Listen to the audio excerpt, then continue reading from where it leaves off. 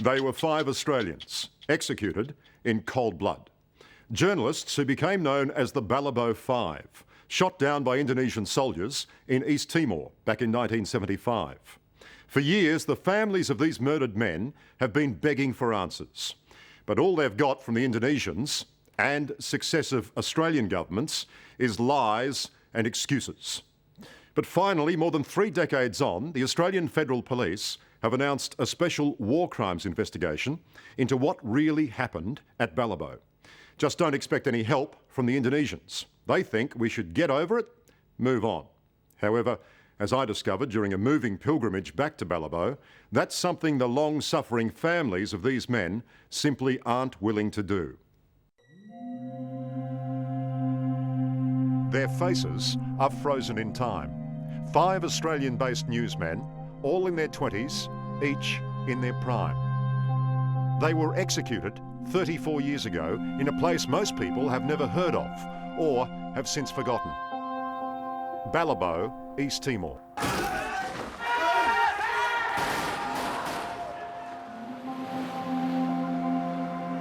The killers remain at large. So even after all this time, the families are prepared to make the long, painful journey back to Balibo in their search for justice. What does Balibo mean to you two? There's so many conflicting emotions, so many aspects of our life. You know, our lives were turned upside down basically in 1975 when our brother was killed.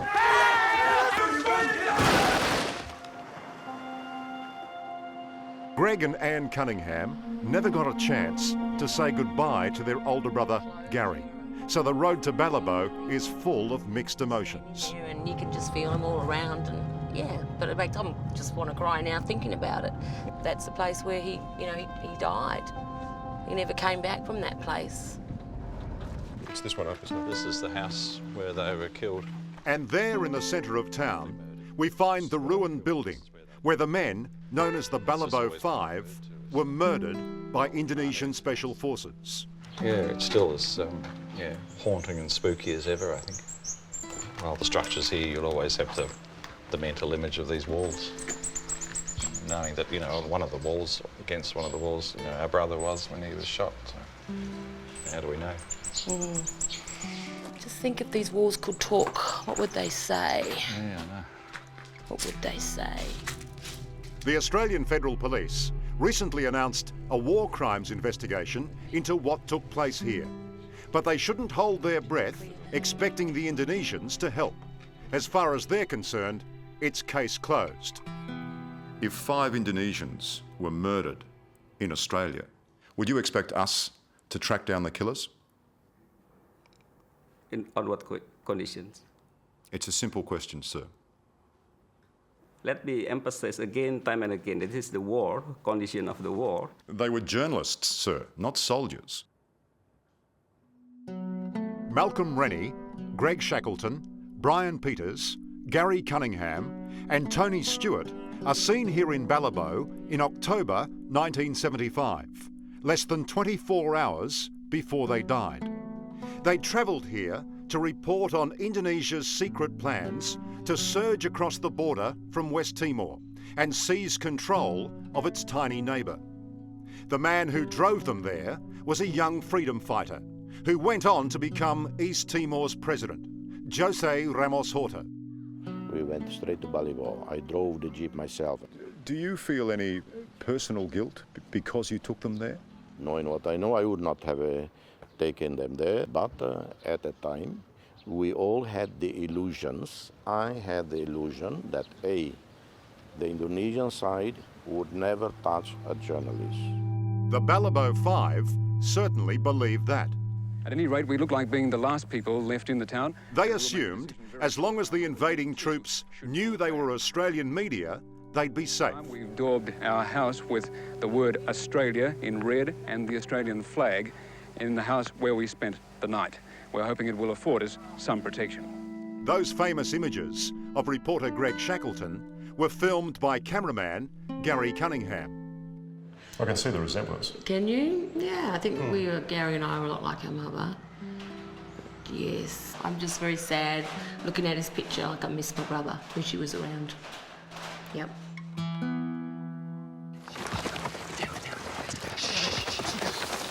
Exactly what happened in the early hours of October 16 has, until recently, been shrouded in mystery, covered up by successive Indonesian and Australian governments. There's no proof, Greg.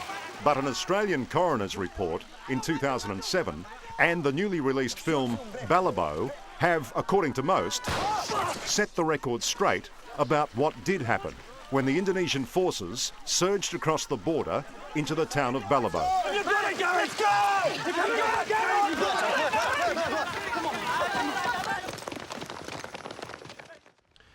Just as dawn broke, a couple of thousand Indonesian soldiers came pouring over that hill. It was more than anyone had bargained for, and the 5 newsmen who were trying to film their arrival came under heavy fire. So they sprinted down here into the centre of Balibo.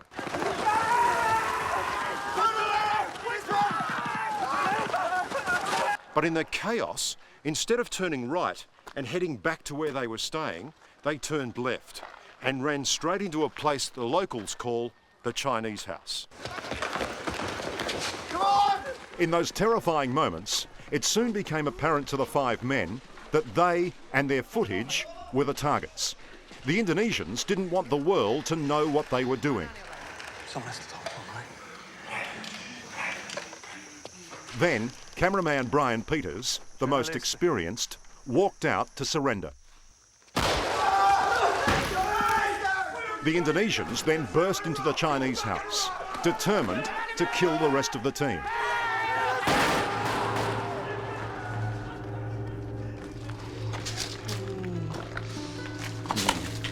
This is where 3 of them were killed, Greg. This is where the 3, Greg Shackleton,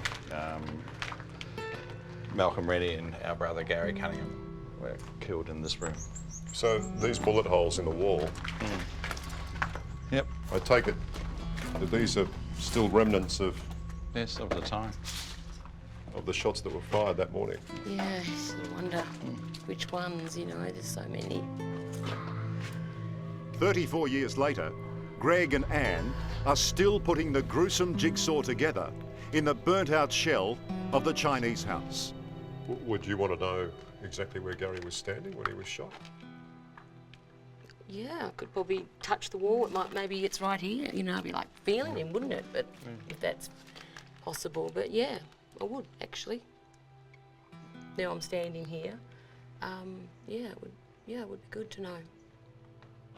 Sharing Just- those last moments, is it? yeah, It sort of brings you that's closer, right. is that what you think? Yeah, yeah. The official government line in Jakarta has always been the men were killed accidentally in crossfire. During the war, it's a lot confusion might take place. Teku Fazishah is the official spokesman. Our understanding of the issues is that they were killed during the crossfire. So that's our understanding, and that's, And if you were wrong, well, that means one of your Indonesian countrymen is a murderer. war is war.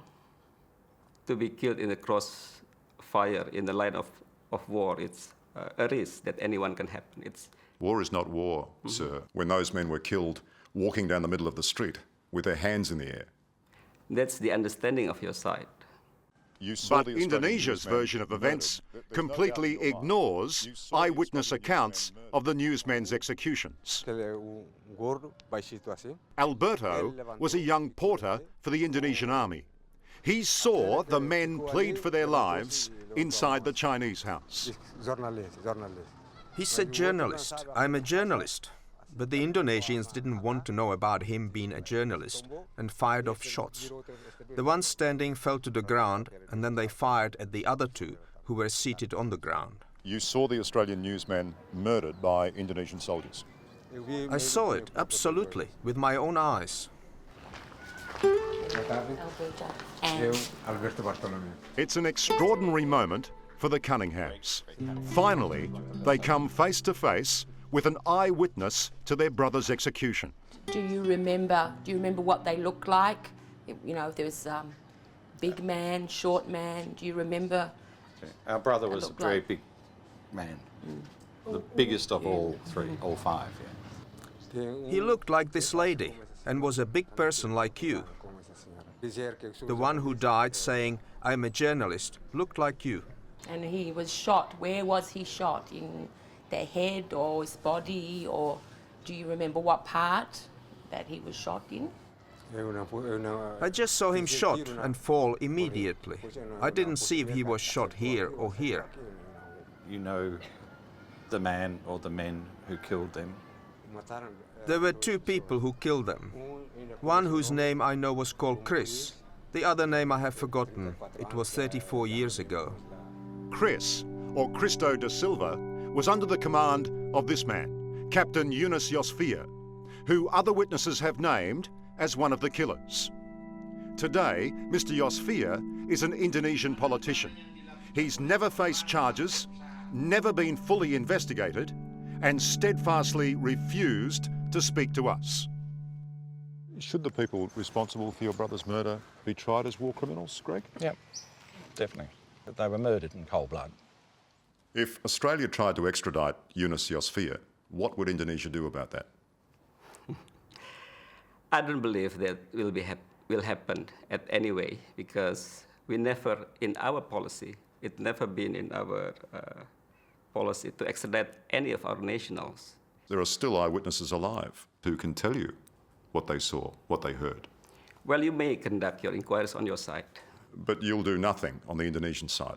Certainly in our case it's not. It's a case closed. Tell that to the Peters family. Tell that to the Stewart family. Tell it to the Cunningham family. Tell it to the Shackleton family. Tell it to the Rennie family. I've told you already. I understand the situation. We are sympathetic with their situation. You're sympathetic, but you'll do nothing. Well, by expressing our sympathy, by understanding that grievances will take time to subside. Thank you very much. It's been a long and painful battle for the truth about the Balibo 5.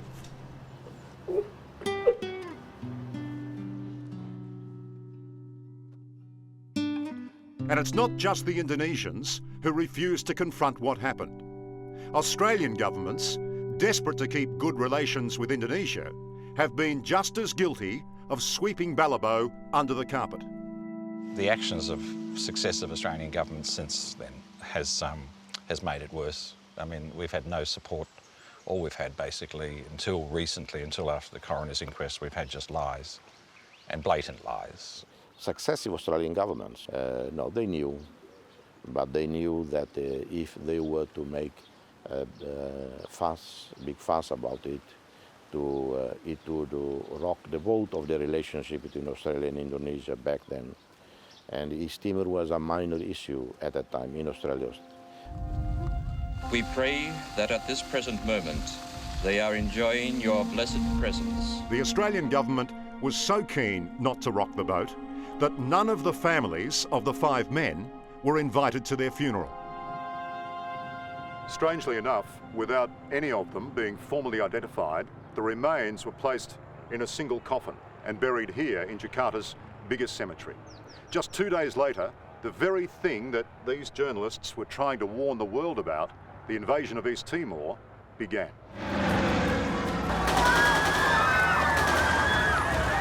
It was an invasion and occupation that led to the death of some 180,000 East Timorese. That's 20% of the population.